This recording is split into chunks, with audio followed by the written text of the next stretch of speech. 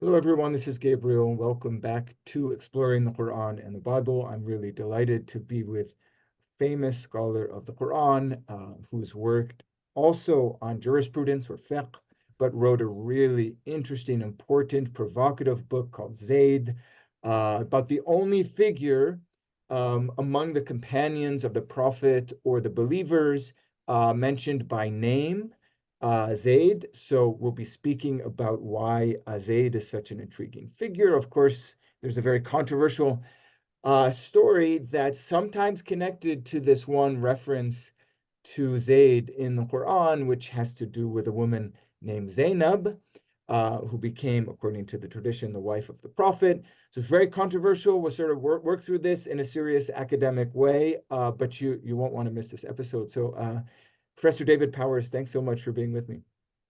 Thank you, Gabriel. I'm happy to be here and thank you for the invitation. Everyone, Professor David Powers is Professor of Near Eastern Studies at Cornell University, upstate New York. He's originally from Cleveland, Ohio, the author of many works. I'll mention just a few. We've already mentioned Zayd, which we'll be speaking about today. And maybe towards the end, we'll get a chance to speak about the relation of that book and a book that came about 5 years earlier, which made a really big impact in the scholarly community. Muhammad is not the father of any of your men, The Making of the Last Prophet. That's 2009. Also the author of Law, Society, and Culture in the Maghrib, 1300 to 1500, 2002, and Studies in Quran and Hadith, The Formation of the Islamic Law of Inheritance. That's 1986, back to 1986. But let's sort of dive right in to the question of Zayd and your 2014 book on this intriguing figure. As we already mentioned, he's the only figure mentioned by name among the companions of the Prophet. Of course, as you note, there's a reference to someone referred to as Abu Lahab, who by tradition is not a companion or a believer, but an enemy or opponent of the Prophet. So he doesn't count among the believers. So we'll get to the verse in Quran 33 that mentions Zayd by name. But I mean, let's start just by kind of meeting Zayd, maybe to tell the story a little bit, the Zayd of Islamic tradition. So in broad terms, who is Zayd? Sure. If you go to the Sirah of Ibn Ishaq, Ibn Hisham, you will find some information about Zayd, not a lot, but his full name, according to Islamic tradition, is Zayd ibn Haritha al-Kalbi. And he was enslaved when he was a young man. He was enslaved and he was purchased by the Prophet, and later manumitted by him. At which point he's known in the tradition as Zayd, the Mawla of the Prophet. Interesting. Okay. What exactly the word Mawla means there is, I think, open for tough. It's a tough word. And he married first a woman named Ayman, and who gave birth to a child named Usama. Usama is also, I think, an important figure. Big figure in the biography of the Prophet, right? And Zayd participated in the Hijra. He was an early convert to Islam, according to the tradition. I mean, isn't there one tradition that says that he's the first, at least first male, to believe? Yeah. In fact, according to the Sirah, he was the fourth person to convert and the first adult male. Okay. But according to Zuhri, he was awwal man aslam.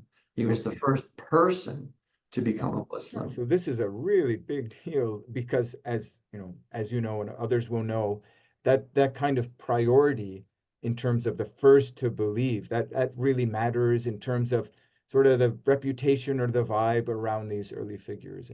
Right. So he participates in the Hijra, and then when he in Medina, shortly after the Hijrah to Medina, he tells the Prophet that he would like to take a second wife, and this is all according to the tradition. Right. That is Zaynab. And eventually he divorces Zaynab and Muhammad marries her. We'll come back to that. That's in about the year 5 after the Hijrah. And a year or two later, Muhammad makes him the commander of a military expedition that he sends to a place called Mu'tah, which is in southern Jordan. And together with, and Zayd is the commander of the expedition. Also participating in that expedition is Ja'far ibn Abi Talib. Both men the brother of Ali, right? The brother of Ali, son-in-law, first Imam. Right, and an important figure for Shi'is. So Zayd and Ja'far both die at this Battle of Mu'tah.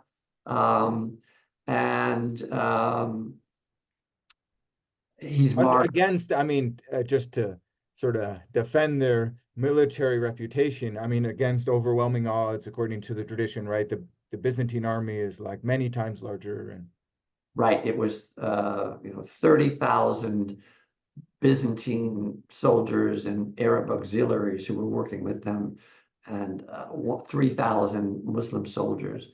And if you go to Mu'tah today, you can find a shrine to both Zayd and Ja'far. But to bring this back a little bit, because we're still focusing on how this is viewed within the Islamic tradition. So we established that Zayd died at Mu'tah in the year 628. Shortly before the Hijrah to Medina, Muhammad is said to have taken his famous night journey to Jerusalem. And then from Jerusalem, he ascended to heaven. And he went through 7 levels of heaven. And at the very top, he meets Abraham, and Abraham takes him by the hand into heaven. And they're on their way to have an encounter with God. But before that happens, Muhammad's eye happens to catch sight of one of the Houris of paradise, a beautiful woman, this is in the Sirah, a beautiful woman with dark red lips. And he engages her in conversation. He asks her, "To whom do you belong?" That is to say, to whom will you be assigned when that person arrives in heaven? She says, "To Zayd." And Muhammad says, "I'll give him the good news when I return to earth. That is, the good news is you're going to die prematurely, fall as a martyr, and when you go to heaven immediately, this woman will be waiting for you." So there's kind of a narrative arc there in these two events.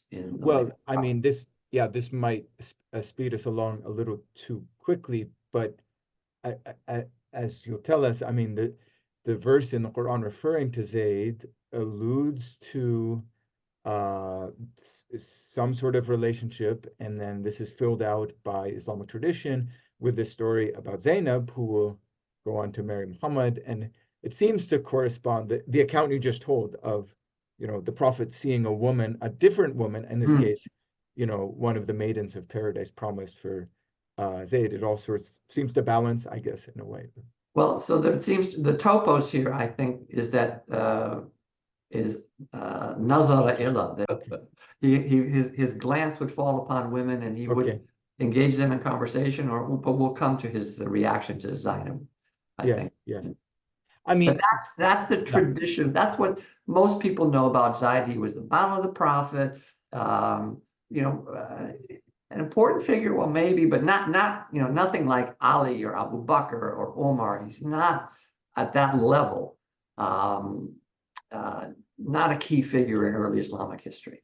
I sort of want to say yes and no in response to that, because clearly, in terms of, let's say, a Sunni view of the companions, there's a priority, and basically the list of the first 4 caliphs goes in order of their virtue or merit or something. But in terms of an important, interesting figure, what an intriguing character, who's, on the one hand, a slave, manumitted, but also maybe the first to believe, or first male or first adult male to believe. And then, I mean, someone who is married to a woman that Muhammad himself will be married to, and who is not just I mean, yes, promise a specific woman in paradise, but promise paradise, which means something, because I mean, in terms of Islamic, as you know, Islamic, you usually, let's say, standard ideas of soteriology, of whether you'll be saved or not. Usually this is left uncertain to the last moment, even at your dying breath. You're sort of imploring God for his mercy, conscious that you may have grave sins, something like that. But he's got, so I mean, worth a book, right? I don't want to disagree with you, but what I do want to suggest is that Zayd is even more important, was even more important than I've just related and you've just recounted. Yeah. That there's a lot more there that has been kind of hidden from view. And then one more point is that, unlike Ali and the first four caliphs, he's never referred to as a contender for political office. He wasn't a political contender. Interesting. Which, I mean, the really big thing I don't think we've mentioned yet, I mean, but is brought up now, so that he's not mentioned as a contender for political office is in tension with the tradition that he is the adopted son of the Prophet himself. Yes. Right. Right. Right. So yeah, I mean, shall we move from the sort of standard version of who Zayd was to a fuller version, I think? If you don't mind, Professor Powers, just one last question, sort of as backdrop to the book and the traditional story, because you basically said kind of a forgotten figure. I mean, I don't know if you have a word or two about that. Like, why, like in the book, I think you write, he is virtually unknown in the West. And I think in the Islamic world, or in Muslim circles, even in the West, I mean, you know, he'll be mentioned in different contexts, but I mean, not in the same degree as, you know, as you mentioned, the first four caliphs, or let's say family members of the Prophet. So like, why wasn't he well known? Why was he hidden? We'll come to that. Okay. All right. So let's get right to the key verse of the Quran that actually mentions but let me perhaps try to let our audience know, I mean, why it's important to focus on Zayd, and why it was worthwhile for me to write a book about him. So he was adopted by Muhammad, and he chose slavery to remain a slave with Muhammad rather than to be repatriated to his birth family. Can you tell that story briefly, David? I mean, it's in the book, but it's significant. Yeah, he was captured, brought to Ukad, found himself in a slave market. Muhammad's eye just happened to fall on him again. There's that eye glance in the post. And Muhammad ends up purchasing him for 700 dirhams that Khadija fronts him, and he becomes Muhammad's slave. Meanwhile, his father is distraught. His father is someplace in Syria, Palestine, and they send out search expeditions. They locate him miraculously in Mecca. They go to Muhammad and say, we'll pay you whatever you want. Money's not an issue. We just want to bring him back to his mother and the rest of his family. Muhammad says, you know, let's let Zayd make the decision. And he brings Zayd in, and Zayd says, because of what I have seen in you, I would not choose anyone over you. You are both my mother and my father, he says to Muhammad. Wow, profound stuff. Yeah. And so he chooses slavery with Muhammad over freedom with his biological family. And and that's an inversion of the biblical motif of the Jews going from slavery to freedom. He goes from freedom to slavery and accepts that. But now that he's demonstrated his supreme loyalty to Muhammad, Muhammad decides to adopt him as his son. And there's a formal ceremony that takes place at the Kaaba with other members of Quraysh there, and Zayd's father and uncle are there to attest to what's going on. Muhammad says, adopts him as his son, and critically, he says, I inherit from you, and you inherit from me. So this is now Muhammad's adopted son, Zayd, who according to the sources was known as Zayd ibn Muhammad. Wow. And he's Muhammad's heir. There's nobody else in the Muslim community who can claim either of those two. Well, yeah, I mean, Fatima is his heir, whatever, but Muhammad had a son and an heir. That's critical. And of course, by tradition, he had other sons, but they all die in childhood. Right. And Zayd was 20 years old when Muhammad adopted him. He was already a full-grown rajul, a full-grown man. And then the tradition tells us that he was known as Hib Rasulullah. He was the beloved of the messenger of God. He was the beloved son, which has resonances perhaps to people in other religious traditions. Yes. Who was the beloved son, Jesus. Yes. He was, according to Zuhri, the first person to become a Muslim. And one more sort of story which kind of illuminates this whole sort of image around Zayd that you tell in the book is his first wife. So we'll be speaking a lot about the second wife, Zaynab bin Jahash, but the first wife, as you mentioned, I think it's Ayman, right? But that's her. That's her kunya that she gets once she has already a son with a previous man. Her name was something like Baraka or something. Was her laqab Baraka? Yeah. So can you tell who's this woman and how does she end up married to Zayd?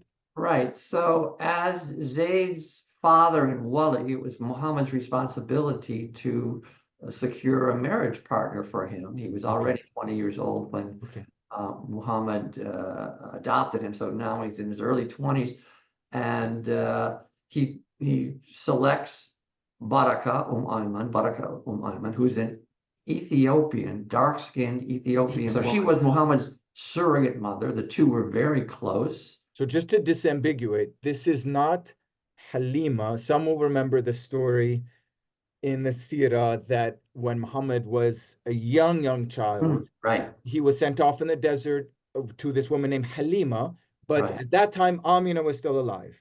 After Amina dies, I'm just following your narrative in the book, then this woman, Baraka, this Ethiopian woman, takes care of him. So after Halima is finished breastfeeding Muhammad and he goes back to live with whoever he lives with, Abu Talib or whatever, this woman, Baraka, was his surrogate mother. And she was 10 years older than Muhammad. So if Zayd is in his early 20s, Muhammad's in his early 30s, then Barakat Ayman is in her early 40s. Wow. Why would a young man want to marry someone like that? I mean, if you're interested in having children, what's the likelihood? And Muhammad then sort of steps in and says, he actually resists. I mean, Zayd is like, I'm not interested. This is not the one I want. Yeah. And that's another topos that we might come back to. And Muhammad intervenes and says, whoever wants to marry one of the women of paradise should marry Baraka Ayman, and that seals the deal. I don't know if he married her willingly or not, but he marries her, and she gives birth, even though she was over 40 years old. I mean, today that's not so unusual. Back then, I think it might have been unusual. And the name of the son is Usama. So this Usama is now Muhammad's grandson.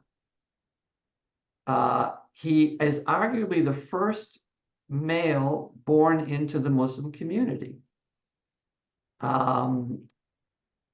He was known, he was known as Hib ibn Hib Rasulullah. He was the beloved son of the beloved of the messenger of God. We're told that he grew up, as he was growing up, Muhammad, for example, Hassan and Hussein were his two other grandsons through Fatima. And Muhammad would put Zayd on one thigh here and put Hassan or Hussein on the other thigh. And he would put his arms around the two little boys. And he would say, by God, I love both of them. So there was something special about this fellow Usama. You know, the Shiis will say, "Oh, this is showing that his love for Hassan and Hussein," but at the same time, it's showing that there was some kind of competition between Hassan and Hussein on the one hand and Usama on the other. And Muhammad is saying, "Oh, I love both of them; they're equal." And Muhammad would dress Usama in royal robes that he acquired when they conquer Mecca. Usama rode directly behind Muhammad as his radif. That's the word that's used. And the word radif in Arabic signifies the person who will succeed the leader after he dies. Usama was the radif. And shortly before he died, Muhammad appointed Usama, who was only 18 years old, as the leader of a military expedition that was sent to a place called Ubna, which is in southern Palestine. And he was put in charge of all of the Muslim army, including Abu Bakr, Omar, and all the early converts. Here's this young boy, Muhammad's grandson, who's in charge of all these senior figures, and that created some strife and contention. And Usama, it's important to know, apparently had I don't know, a dozen kids, many sons and daughters and grandsons, and they were known as the group as the Banu al-Hib, the sons of the beloved. And I think that they may have been a kind of a partisan political group at some point, on level with the supporters of Ali. So there were not just the supporters of Ali, but there were the supporters of Usama. They had to support Usama because Zayd had died, but we'll come back to that. Anyways, so yeah, very, very intriguing stuff. And I mean, as you mentioned earlier, in the normal narratives that we read, say written by a Western scholar, Orientalist, or more recent scholar about the biography of the Prophet, all this stuff is either not there at all, or maybe mentioned in a footnote. So this book, your book, the Zayd 2014 book, I mean, it's not inventing. These are all in the Islamic traditions, but it's bringing them to light. And really, really intriguing stuff. The Quranic verse that actually mentions Zayd is Quran 33, verse 37. It's a little bit long, but I think it's worth reading here. I'll just read the English translation. When you said to him whom God has blessed, and you, so second person singular, you have favored, quote, keep your wife to yourself and fear Allah, or fear God, end quote. But you hid within yourself what God was to disclose. And you feared the people, but it was God you were supposed to fear. Then, when Zayd ended his relationship with her, we gave her to you in marriage so that there may be no restriction for believers regarding the wives of their adopted sons when the relationship is ended. The command of God was fulfilled. I mean, take it away. There's so much to be said about this. I mean, so much ambiguity, but then, different ways in which Islamic tradition has told stories about the material in this verse. Right. So this is a very interesting verse. On one level, it's introducing a new rule, a law, so that it shall not be a sin for the believers to marry the wives of their adopted sons when they no longer have any interest in them. That's the new rule. But what precedes the new rule is the sabab, is the circumstance in which is the circumstance for the revelation of this new rule. We don't have that anywhere else in the Quran. We have rules in the Quran, and the asbab outside we're all established after the fact by the early Muslim community. This was a circumstance of that, this rule. This was a circumstance of that. But here we have, in the Quran itself, sabab plus rule, which is unusual. Very good point. As you've mentioned, Zayd, identified only as Zayd. Yes, right. Not Zayd, the son of someone. as you might need to order to introduce someone who's not very well known, but just Right. Zayd. Everybody knew Like, who he by was. the way, I mean, same with Muhammad, right? 4 times in the Right. Quran, Muhammad, he's only mentioned Muhammad. It's not Muhammad ibn Abdullah or something like that. Right. So he's the only Muslim apart from Muhammad mentioned by name in the Quran, and as some commentators will later say, that means that his name will be remembered forever. This is a special merit of Zayd's. And notice also, and the sub part of this verse is a conversation between Zayd and Muhammad. God apparently was listening to that conversation. He recorded that conversation, and he later sent the conversation down to Muhammad himself, which is also, I think, unusual and extraordinary. The verse opens. You have God. I mean, just to make explicit what you already said. I mean, you have God quoting to Muhammad what Muhammad earlier said. In that quotation now becomes part of the Quran. Right? The words, keep your wife to yourself and fear God. That's a direct quotation that God is quoting from something Muhammad might have kind of said casually in this conversation, hypothetical conversation with Zayd. Or these are words that someone put into God's mouth after the fact, but we can come back to that. Notice when you said to him, Alladhi an'ama Allah alayhi wa an'amta alayhi. Yes. The one whom God has favored or blessed, and you have favored or blessed. And you know, now that you've read the Arabic, the translation I quoted distinctly uses the word blessed for the first instance of anam. So that's with God. And then the translator, even though it's anam a second time in regard to Muhammad, chooses favored. Anyway, I don't know, maybe just trying to be artistic, but it could be this idea that Muhammad has the power to do what God also does, or something might have seemed strange to that translator. Right. So what is ni'mat Allah in the Quran? And I think it may be more than one thing, but it is certainly the action that God has taken with respect to earlier prophets. All of the earlier prophets enjoyed ni'mat Allah. They were favored by God, blessed by God, or whatever. And this verse is saying that the person that we're referring to here, who we'll learn is Zayd, was favored not just by Muhammad, but also by God. He was the doubly favored man. But I want to emphasize that the language that's used to refer to him is language that's elsewhere in the Quran is used to refer to prophets. Yeah, it's powerful stuff. Yep. And then we get, keep your wife to yourself. So what this is, the tradition will later unpack this and tell us that, well, should I say, okay, so the tradition will later tell us that that Muhammad arranged for Zayd to marry a woman named Zaynab. She's not mentioned by name in the Quran. The tradition fills in that name. And the tradition also is confused about who the woman is. Sometimes they say it's a woman named Kulthum, then they say it's Zaynab, and eventually it's only Zaynab. But there was early uncertainty over who was this woman.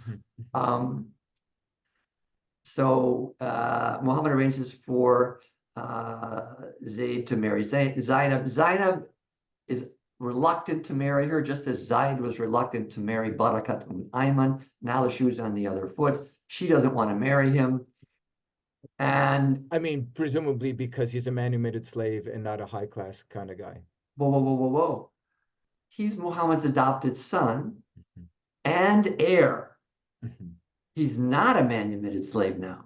Okay. He was manumitted, then adopted, took on Muhammad's name and the right to inherit from him. And the tradition never mentions that. Who wouldn't want to marry Muhammad's son and heir? Fair enough. So Zaynab doesn't want to marry Zayd, and God intervenes in history to secure the marriage. And it's verse 36, the immediately preceding verse reads, no believing man or no believing woman has any choice in a matter after God and his prophet have decided it. So that's just one of several divine interventions in history in this episode. God will intervene in history at least 4 times. Okay. Directly in this episode. Okay. So Zaynab's hands are tied. The verse has been revealed. She marries him, and we learn that she was a very beautiful woman, but apparently she wasn't a very good wife. And it was not long before Zayd was tearing his hair out, and he couldn't take the woman. That's when he goes to Muhammad and says, "I want to divorce her." And Muhammad says, "Then no, keep your wife and fear God." So those are the words hypothetically captured or repeated by God and captured in verse 37 of Quran 33. Right. So Zayd goes back home, but Muhammad is he's not done.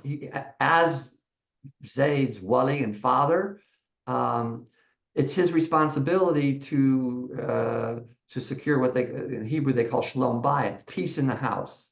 So he decides one day that he goes to visit the couple at their house with the intention of Zayd told Muhammad that she's got a sharp tongue. She berates him. She's just not a good wife. So Muhammad goes to their house after that conversation with the intention of educating her, of instructing her on how she should be a good wife. Mm-hmm. And he comes to the house, and there are many versions of this story, different versions. But in all of them, Zayd is absent. He is off somewhere doing some unspecified task, and Muhammad enters into the room where Zaynab is located, and he glances at her. There's the nazara elayha, wahawiyaha in Arabic, and he fell in love with her. He had a sexual attraction to her. The only words he's reported to have said by the tradition are Subhanallah, Musarrif al-Qulub, praise be to God who can cause a man's heart to change on a dime.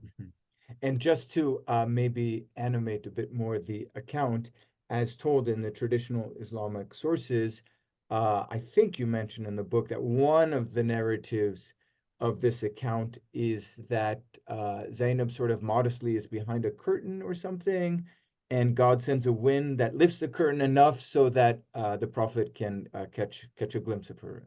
Right. And in one version, the entrance to the house has a hair.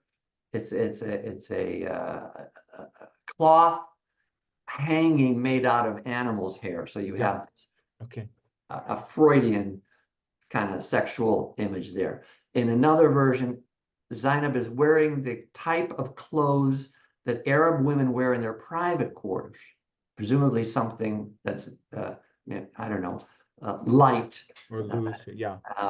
And then in another version, a strong wind comes by and lifts up her skirt so that Muhammad catches a glimpse of her. And according to Zaynab, Zaynab herself says about herself, "I am the most beautiful woman in the tribe of Quraysh." So she was a beautiful woman, and Muhammad falls in love with her. Muhammad leaves.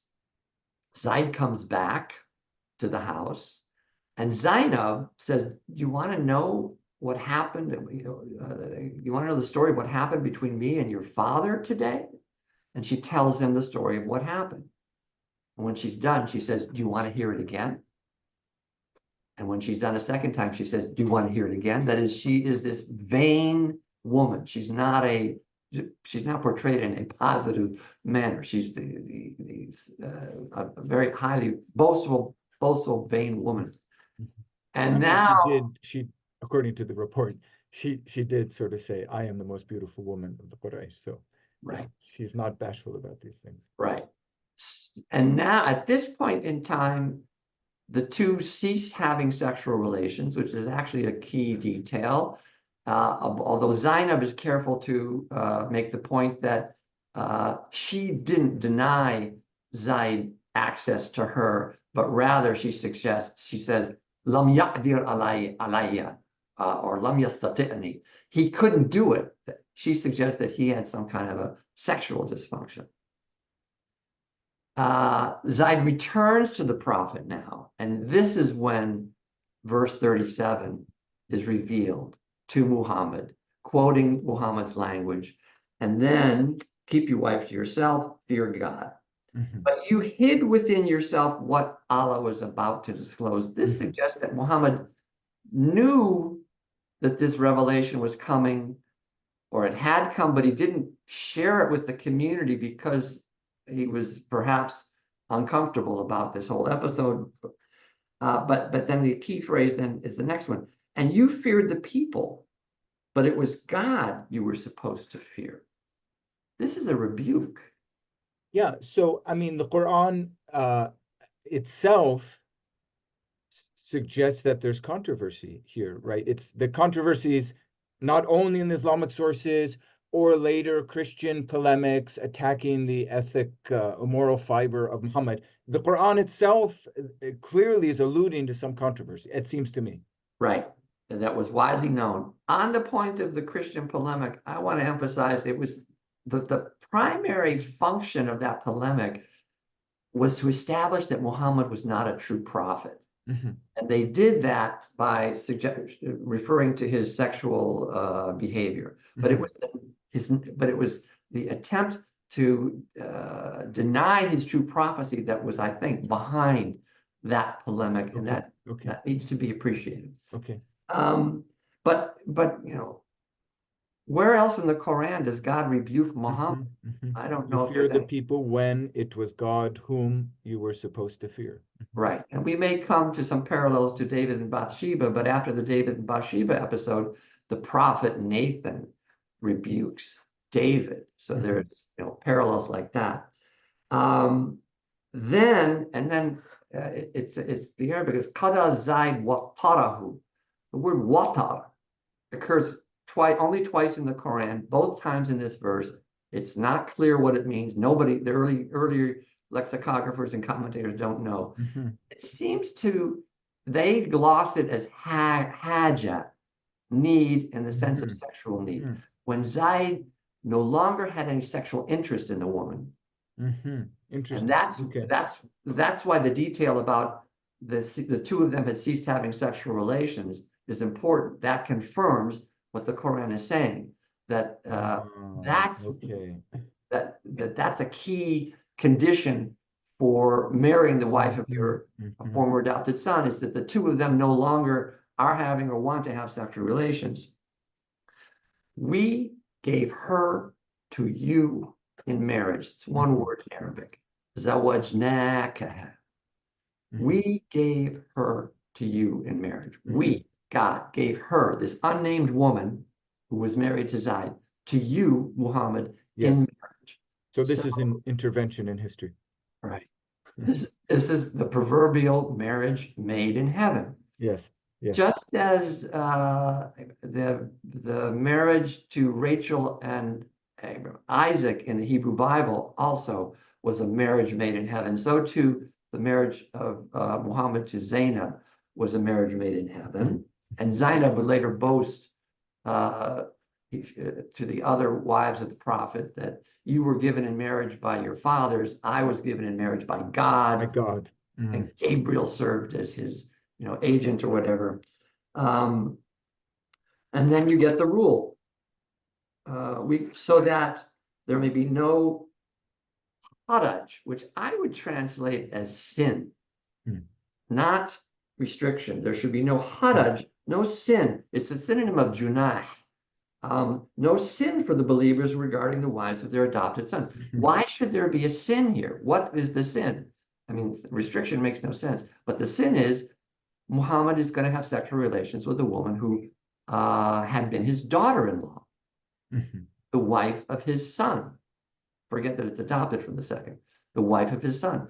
And in the Hebrew Bible, it's very clear that a man who has sexual relations with his kala, his daughter-in-law, has committed a grave sin, and the penalty is death. And so Muhammad has been brought to the point of committing a sin here. According to later Islamic theology and tradition, prophets are immune from sin, but that doesn't mean they're not capable of making a sin. What it means is they're human like others.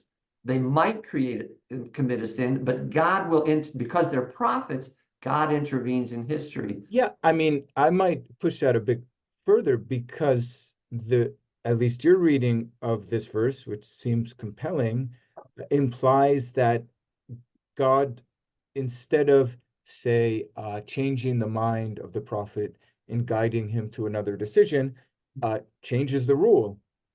So instead of, I don't know, it's a very American analogy, but instead of, helping the batter, swing well and hit a single, changes the rules of baseball. So, But the a fly Japanese ball actually umpire, counts as a single.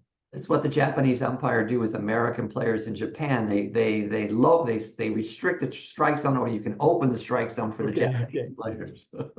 Yeah, because I mean, the prophet will proceed to marry this woman, at least if we read the verse in light of the tradition. But now God has decreed that this is not a, I mean, if that's the right reading of haraj, this is not a sin. Right. Now notice, Because there's no mention, just to complete the story, I'm sure you were going to get there anyway, but there's no mention of the repudiation of Zayd as the prophet's adopted son in this verse, right? in fact, not only is there no mention of that, it's the key to the rule that is introduced here is the fact that Zayd is Muhammad's adopted son and not his biological son. Right. And so presumably Zayd continued to be Muhammad's adopted son after he divorced Zaynab and Muhammad married her. There's no reason for him not to. I mean, that is, let me go back. God intervened in history by putting on his lawyer's cap, and he solved the problem by making a distinction between adopted sons and biological sons. It was forbidden, is forbidden, and remains forbidden for you to have sexual relations with the former wife of your biological son. Right. It was okay, is okay, and remains okay for you to have sexual relations with the former wives of your adopted son, so long as they no longer have any interest in them. So adoption continues. The practice of adoption continues, according to this verse. And that will become a problem that will have to be dealt with by yet another divine intervention. But the point is important. Zayd continues to be Muhammad's adopted son, Zayd, the son of Muhammad, with the right to inherit from Muhammad after this episode ends. But So not just maybe taking a step back and looking in a sort of a broader, I don't know, with a broader background to this verse. I mean, there are all sorts of big political implications that hopefully we'll get to about, if Zayd is the son of Muhammad, does that imply that if the tradition is right, he had a political future or maybe a prophetic future? So there's all these huge questions out there. But when you look at the verse itself, I mean, it's a very sort of private matter that has a legal consequence. Not one. Do you see what I'm getting at? Like, not one in the context of the big political questions of, was Zayd the one to succeed Muhammad? I mean, do you agree with that take? And would you agree that maybe this little story at the beginning of the verse is just meant to give an explanation for the legal ruling? right. Well, I think I agree with you, but let me mention, this is verse 37. There's verses 38 and 39, which talk about God's sunnah previously. This is what God did with earlier prophets. And then comes verse 40 in Surah Al-Ahzab. Which became the title of a very famous book. Yeah. ما كان محمد أبا أحد من رجالكم Mhm. لكن رسول الله وخاتم النبيين. And then there's a little ending there. But notice. So can I just give the translation quickly? Correct me if you translate differently. Muhammad Makana either is or was not the father of any of your men, but rather the messenger of God and the seal of the prophets. Right. Notice the Makana. It's always glossed and always translated as Muhammad is not. Mhm. That would Laisa Muhammad Abba Ahadin. That's how you would say Muhammad is not. Mhm. It's in the past tense. It's clearly in the past tense, which has, I think, important implications. But Muhammad is not the father of any of your rijal, your men, your grown men. Mhm. Mhm. That is to say, your sons who have reached the stage of puberty. Muhammad is not the father of any of your men, Mhm. but the messenger of God. And then here comes the phrase Khatam an-Nabiyyin, the seal of prophets. A Mhm. hapax. This is the only time this phrase occurs in the Quran. And it means the seal of prophets, but it comes to be understood as signifying that Muhammad is the last prophet. Mhm. Now, when you go to the Muslim commentaries on this verse, earliest Muslim commentaries on this verse, such as Muqatil ibn Sulaiman and others, they'll tell you, they say, well, who is this verse? They'll ask the question, who is this verse revealed about? Well, Muhammad is not the father of any man. He's the messenger of God. You might answer, oh, this is about Muhammad's being the Khatam an-Nabiyyin. That's not what they say. What interests them, they say this verse was revealed about Zayd. Mhm. So they link this verse 40 back to verse 37. I actually think verse 40 might have been revealed first, and verse 37 then was produced to provide a gloss on verse 40, but never mind. Interesting. Interesting. This verse was revealed about Zayd. And Muqatil. So, in what sense was this revealed about Zayd? Well, there's a connection between Muhammad's sonless, apparently. There was a connection in the minds of the early Muslim community between Muhammad's sonlessness and his status as the seal of prophets or the last prophet. Why would early Muslims have thought this? Because if you go to the Quran and you go to the verses that refer to earlier prophets, beginning with Abraham, Isaac, Mhm. Jacob, Joseph, David, Jesus, all the biblical prophets in the Quran, beginning with Abraham, are lineal descendants of Abraham. That means one can interpolate, one can extract from that prophecy passes from father to son. And so in order to be a prophet, one must be a lineal descendant of Abraham. And we'll come back to that. But if you're going to be the last prophet, once Khatam an-Nabiyyin came to be understood as signifying last prophet, it was important to establish that Muhammad had no sons. Because if he had a son, prophecy in theory would might continue. It might go to his son or a grandson, just as Ismail was a prophet and prophecy went into abeyance for I don't know how many years until it passed to Muhammad. So too, that could have happened from Muhammad to one or more of his descendants. So Muqatil asks the hypothetical question. Suppose for the sake of argument, hypothetical, suppose for the sake of argument that Muhammad had a son who outlived him. What would his status be? And Muqatil says, Lakana Nabiyan. Certainly he would have been a prophet. Now, Muqatil applies that logic to Zayd. Suppose that Zayd had outlived Muhammad. What would his status have been? Suppose that Zayd had continued. No, suppose that Zayd had continued to be Muhammad's adopted son, which Mhm. they'll take care of that. He doesn't. But suppose, for the sake of argument, hypothetically, that Zayd had continued to be Muhammad's son, and he had outlived And Muhammad. outlived. So they take care of both things. He didn't outlive Muhammad.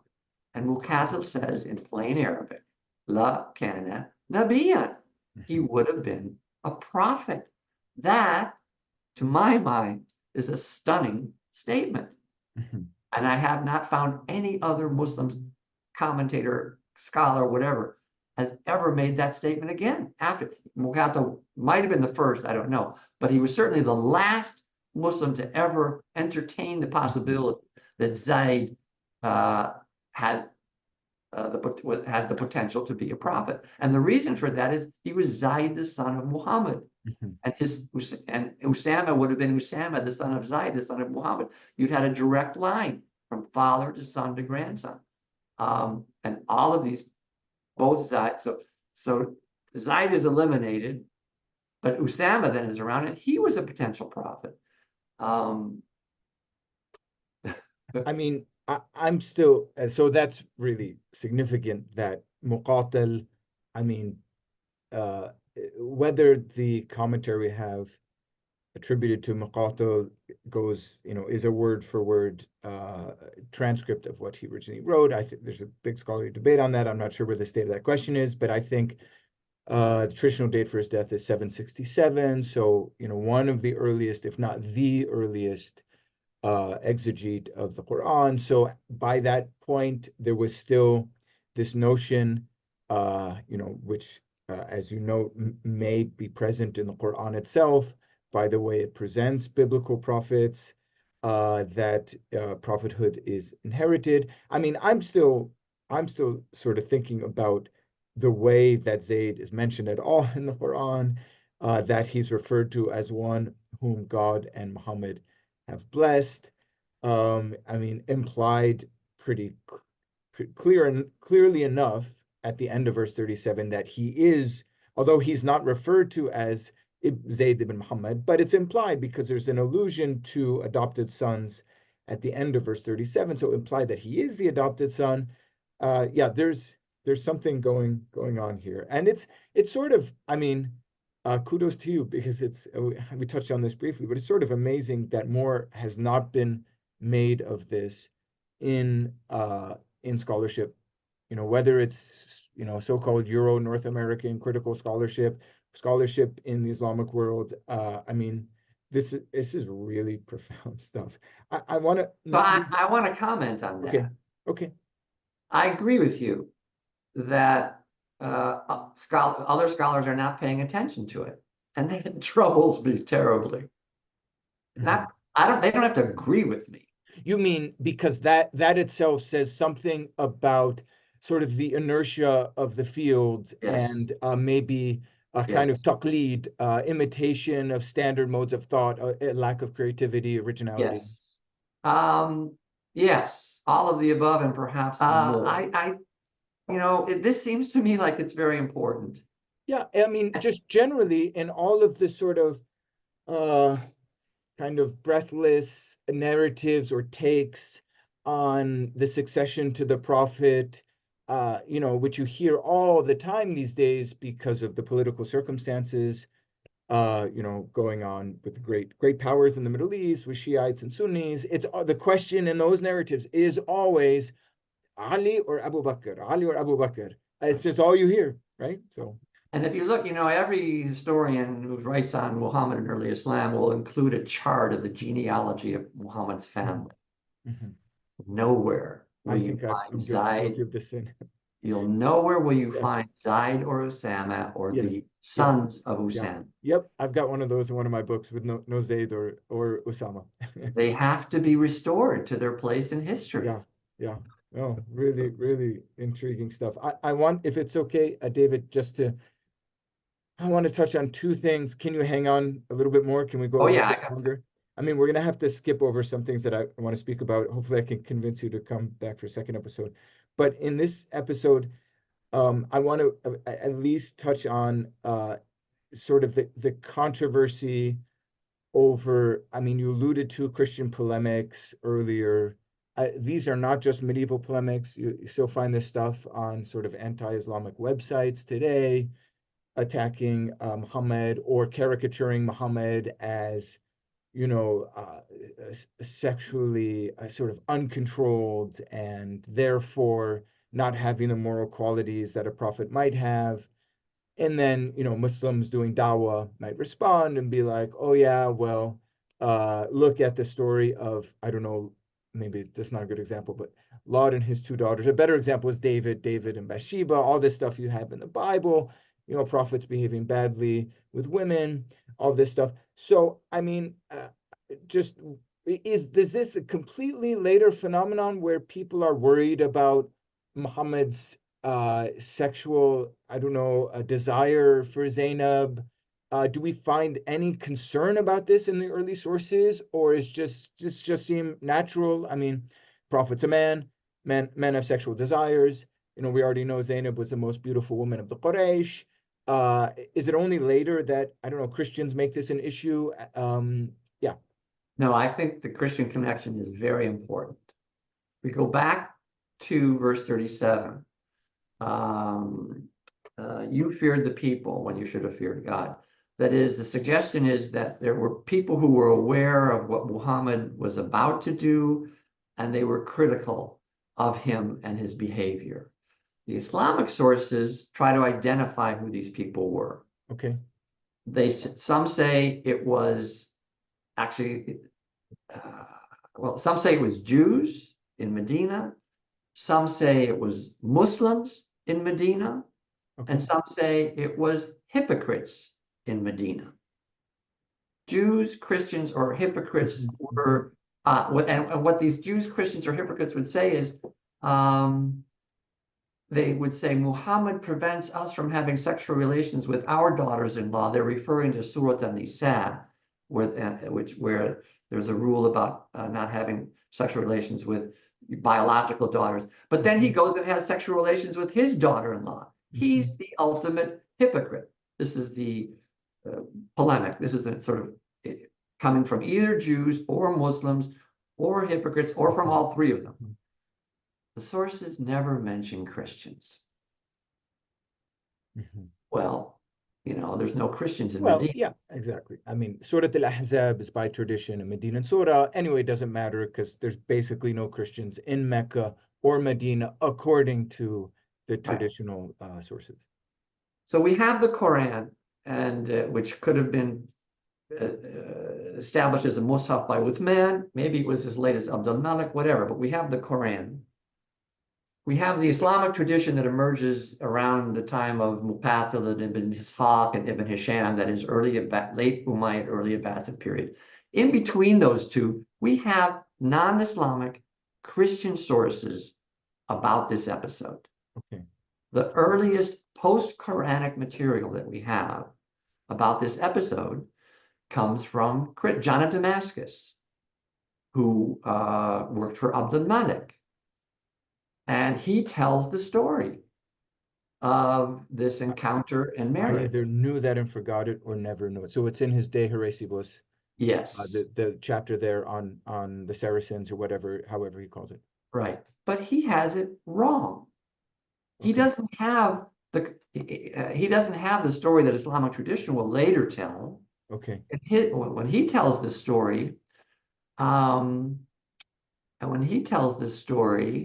Muhammad had a friend or a comrade,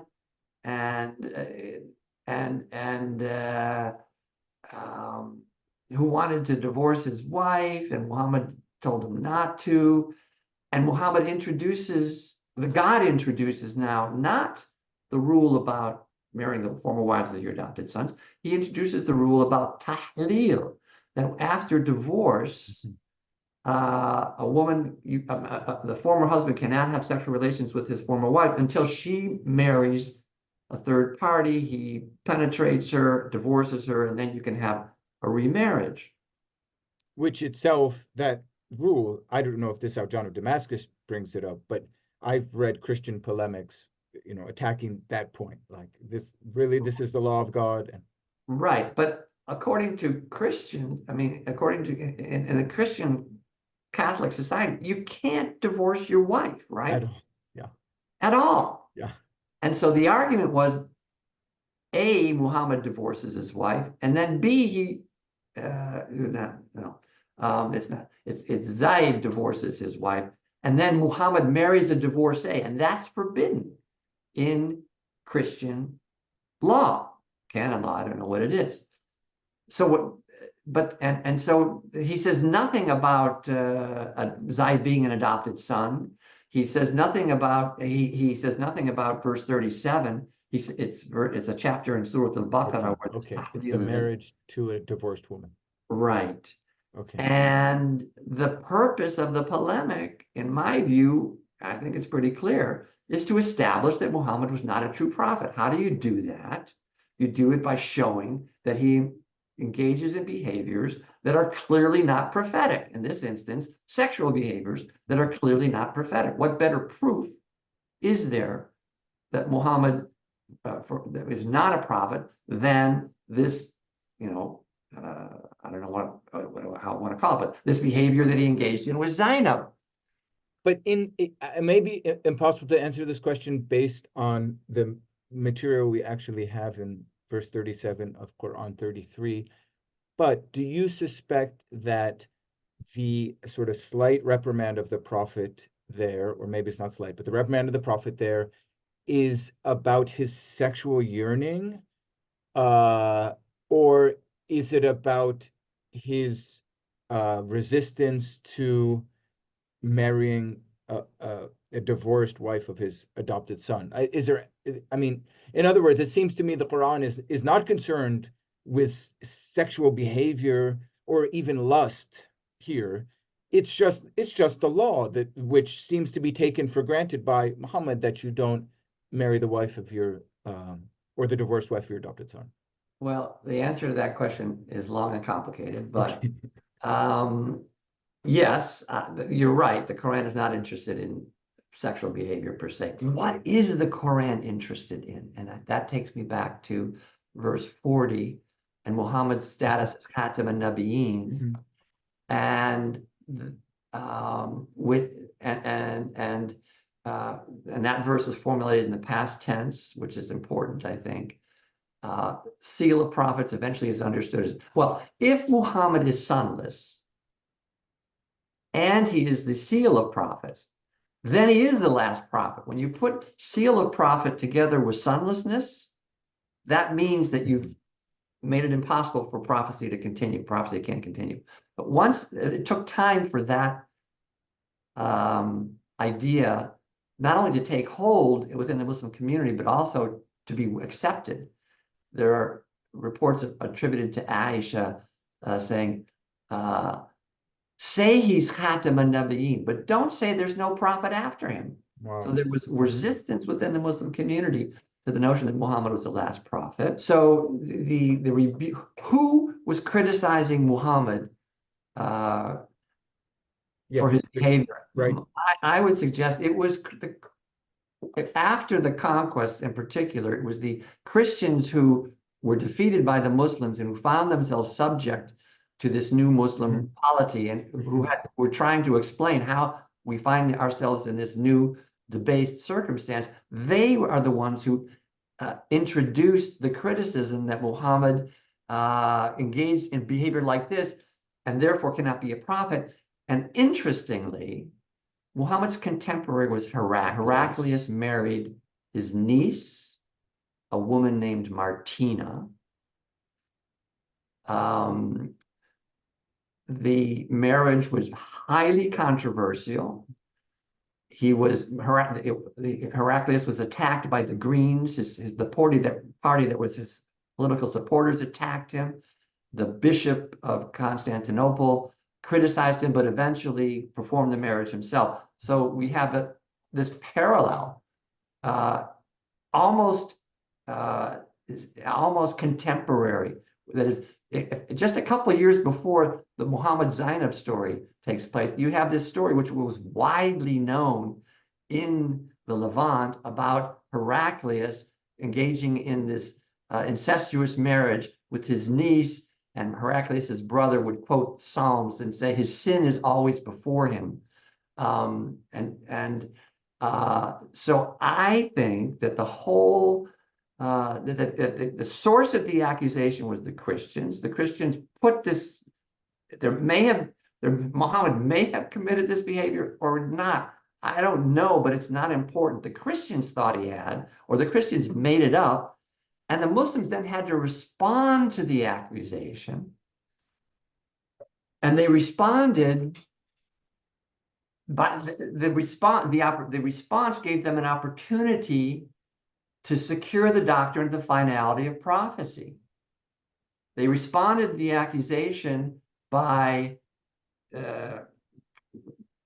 with the revelation, the words that became verse 37, but they also formulated the verse about Muhammad being Khatam an-Nabiyyin. Verse 40, and not the father of any of your adult men.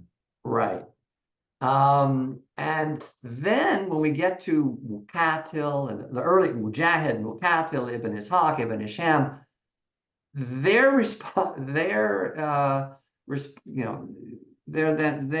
are responding to the Christian accusation, what had originally been a Christian accusation, but they're not identifying it as a Christian accusation. They put it back into Medina, where there are only Jews and Muslims and hypocrites, and so we lose the connection to. Have to tell the story differently. David, I think there are three big issues at least yet to speak about. One, which is a really important part of the book, and in some ways, I don't know, the most exciting part of the book we haven't spoken about really at all, which is more or less, did this ever happen? And what is the connection between these traditional Islamic reports and stories in the Bible? So that's one. A second point is whether Zayd was really a contender to be either the ruler and political successor or a prophet and the religious successor to Muhammad. And then, the third we've addressed a little bit, but I think there's more to be said about, for example, why verse 40 of Surah Al-Ahzab 33 says, Ma kana Muhammad, so that he was not. So are we dealing, for example, possibly with I can say this, a post-prophetic interpolation into the Quranic corpus? I really don't want to rush these. Now I've introduced these, but I just, I think I need to try to convince you to come back. I think there's a whole episode to be done on those. How do you feel about that? Can we end it here? And Sure. That's fine. I'm happy to come back at our mutual convenience. I'm generally free these days. I'd love to come back. Terrific. Lots to be said. Again, the book, which will be linked to in the description, simply titled Zayd, University of Pennsylvania Press, 2014. It's in some ways, it picks up the thread. Maybe we'll speak more about this too on the second episode of your 2009 book, as already mentioned, entitled Muhammad is not the father of any of your men, the making of the last prophet, which also deals with pretty complicated but important analysis of some Quran manuscripts and legal vocabulary in the Quran. So lots to be said. Yeah, David, thank you so much for this, and I look forward to another episode. Thank you, Gabriel. My pleasure.